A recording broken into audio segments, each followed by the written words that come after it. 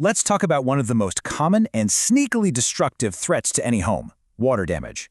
You know, the biggest danger isn't that puddle you can see. Oh no. It's the full-blown crisis that you can't. So picture this. It starts small, right? A little puddle from a leaky pipe, maybe a drip coming from the ceiling. You grab a towel, you mop it up, and you think, okay, problem solved. But that water you can see, that's just the tip of the iceberg. The real problem, well, that's happening completely out of sight. And this is where it gets really serious. The second that water gets where it shouldn't be, a clock starts ticking. You've basically got a 48-hour window before a simple water problem spirals into something much more permanent and much more expensive. So, where does a crisis like this even begin? Well, you might be surprised. It's almost always from the most boring, everyday things inside your house. I mean, think about it. It's that washing machine hose that finally gives up, an old pipe that just bursts, or even a big storm that shoves water right under your door. And don't even get me started on the slow, sneaky leaks from a dishwasher that can go on for weeks, just silently destroying everything behind it. Okay, now check out this number, 20. Your air conditioner, the one that keeps you cool all summer, it can produce up to 20 gallons of water every single day. Now, if that little drain line gets clogged, where do you think all that water goes? Yep, straight into your attic, your ceilings, and down inside your walls.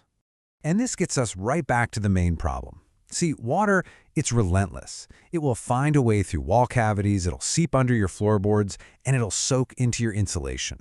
That little puddle you cleaned up, that's just a symptom. The real disease is the hidden saturation that's spreading through the bones of your house. Which brings us back to that ticking clock. So why is that 48-hour window so critical? Well, because water doesn't just sit there. The moment it gets in, it gets to work, actively taking your home apart from the inside out. Let's just break this down. In the first few hours, everything is just absorbing. Your drywall acts like a giant sponge.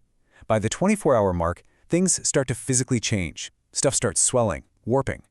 But that 48-hour mark, that's the real point of no return. That's when mold kicks into high gear.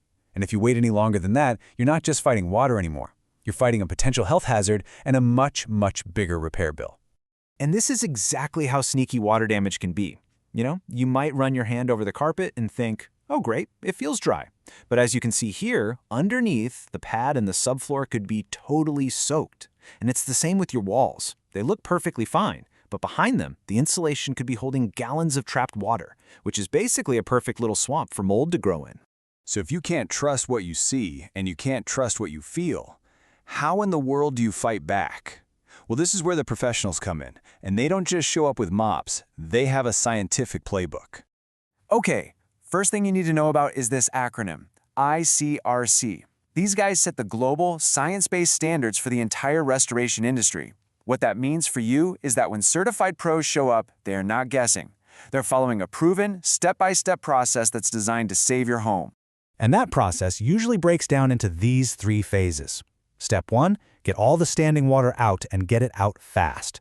Step 2, bring in the heavy-duty equipment to dry out the structure itself and monitor it constantly with data. And finally, once it's proven to be dry, you can start rebuilding what was damaged. It's a system that turns total chaos into a manageable project. And that right there is a really important way to think about it. Professional restoration isn't just cleaning, it's property salvage. It's a calculated scientific process to save your floors, your cabinets, and the very structure of your house. So let's dig into that science for a minute. Because drying a house properly is so much more complicated than just pointing a few fans at a wet spot and, crossing your fingers. The whole field is based on something called psychrometrics. It sounds really complex, but all it really is the science of air. Professionals use these principles to control the temperature, the humidity, and the airflow in a space to create the perfect environment, to literally pull moisture out of wood, drywall, and even concrete as fast as humanly possible. And to do that, they need some pretty cool tools. We're talking thermal cameras that let them actually see hidden water behind walls, moisture meters that give them hard data on how wet something is, and of course these giant industrial-strength dehumidifiers and air movers that create the perfect conditions for drying to happen on a very precise schedule. And this really shows you the massive difference in the approach. The old way is all about guesswork. It feels dry. The modern professional method is 100% data-driven. They use those meters to prove that a wall or a floor has hit a specific drying goal, which means absolutely no hidden moisture gets left behind. Okay, so the science has been applied, the structure is officially dry. How do you actually get back to normal? Well, this is where the whole process connects with another really important piece of the puzzle, your insurance company. See, throughout this whole process, the pros are documenting everything.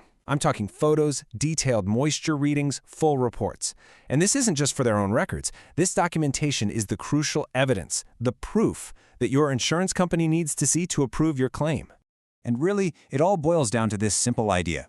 When you act fast and hire professionals, you're not just drying your home. You are creating the official paper trail that you need to validate your insurance claim and get the full coverage that you pay for.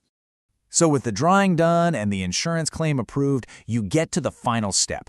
This is where they replace the drywall, put in new flooring, paint the walls, everything they need to do to bring your home back to exactly the way it was before the water ever showed up, like it never even happened.